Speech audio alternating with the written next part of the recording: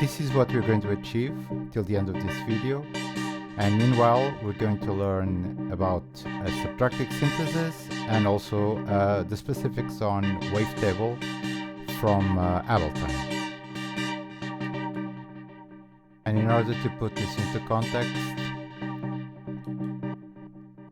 I'm going to use my free low-end pack, and this is 136 BPM, so this can go right here. And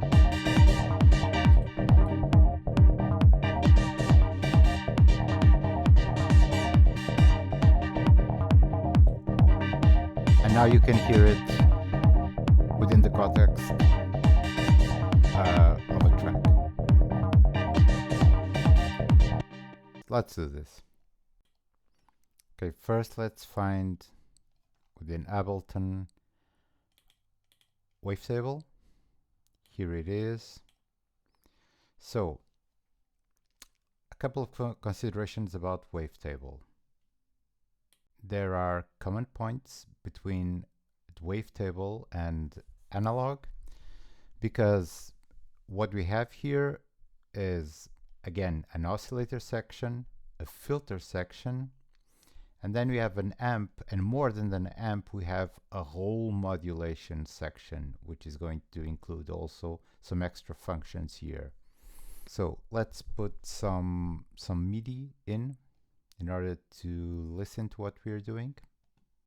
And here is the MIDI. So let's press play.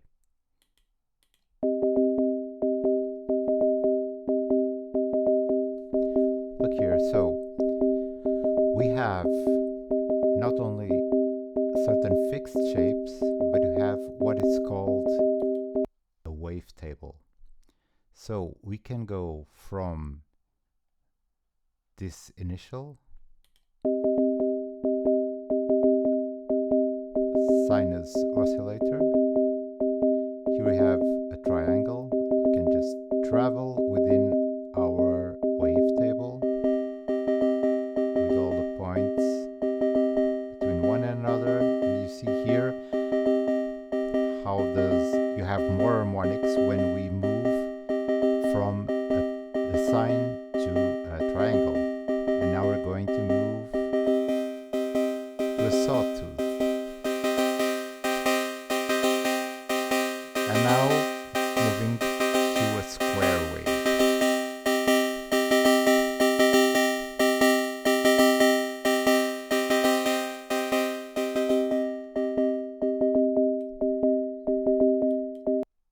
So instead of having a fixed oscillator like we had in analog, by the way, if you haven't watched analog, I'll leave you the link here somewhere in the upper left corner so you can have a look at it.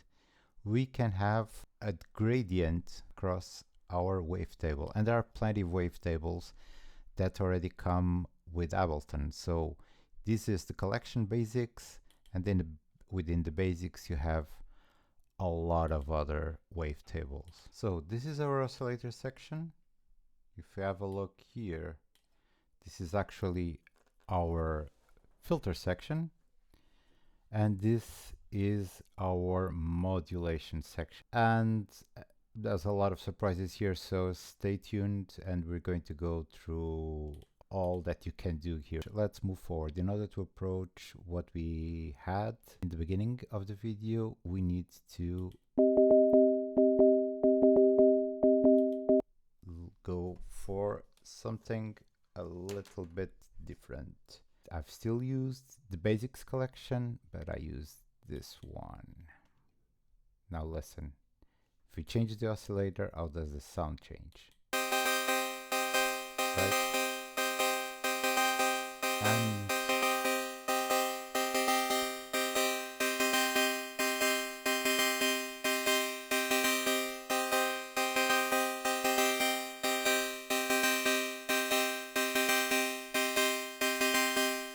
let's stay here.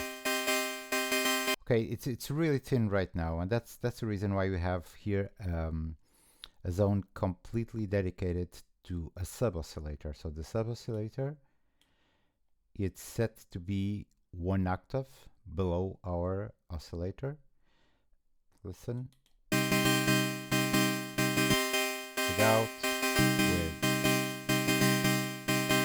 Also, I've used another oscillator, which is this one. And for this one,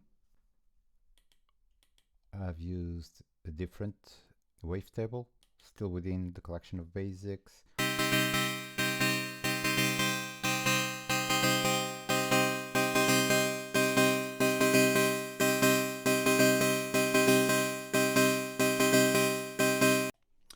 And I guess we can all agree that right now this is sounding really bright. Here's the filter we have here. I'm going to make it really dark.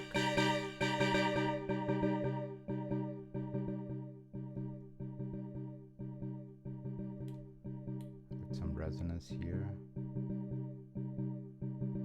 And the idea now is to use the modulation section, which you have here. You have several modulation sources. You have the amp, and then we have here an envelope and a third envelope. We have LFO here, an LFO here.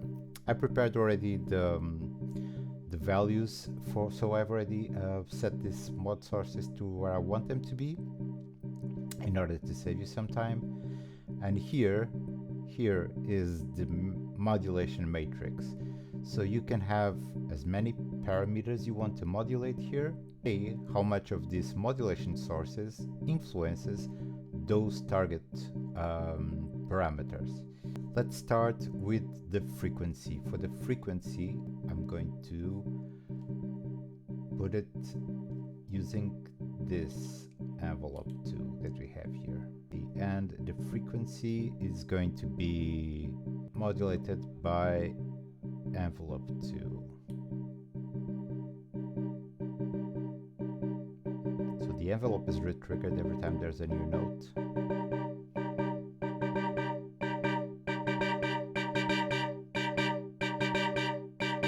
And now we're going to look at the oscillator 1. We're going to change the position in the wavetable and also warp on oscillator 1. Let's just listen to oscillator 1 without the sub. And right now it sounds like this. And we're going to use the second LFO, so on the position, on the wavetable, and also on the warping. So I'm going to show you how does this changes the sound.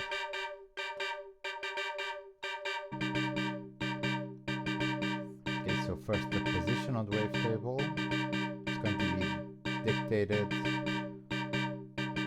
by LFO2, and we are,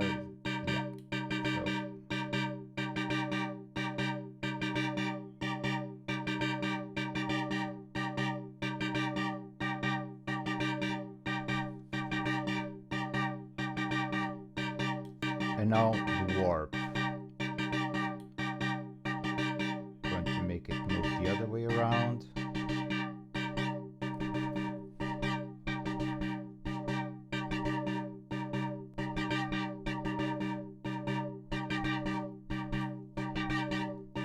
Okay, so this is oscillator 1, a lot more dynamic. Now let's do the same thing for oscillator 2. Here, which is quicker and it's shallower, so the amount is just 2/3. We're going to move the position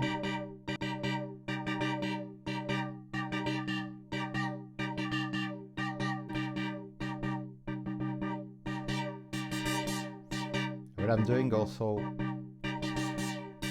have LFO2 changing the filter frequency, so modulating it. So I haven't talked about this part, but basically you have an unison function here, and as you can hear, all this comes from wavetable. Okay, so no effects, nothing whatsoever added here. We will, make it more beautiful. Let's add some saturation here. So So you have more harmonics. So in order to save you time, I already had prepared also some EQ.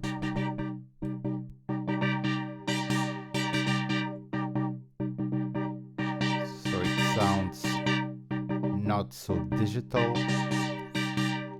And also to give it the psychedelic cherry on top of the cake, we're going to add delay using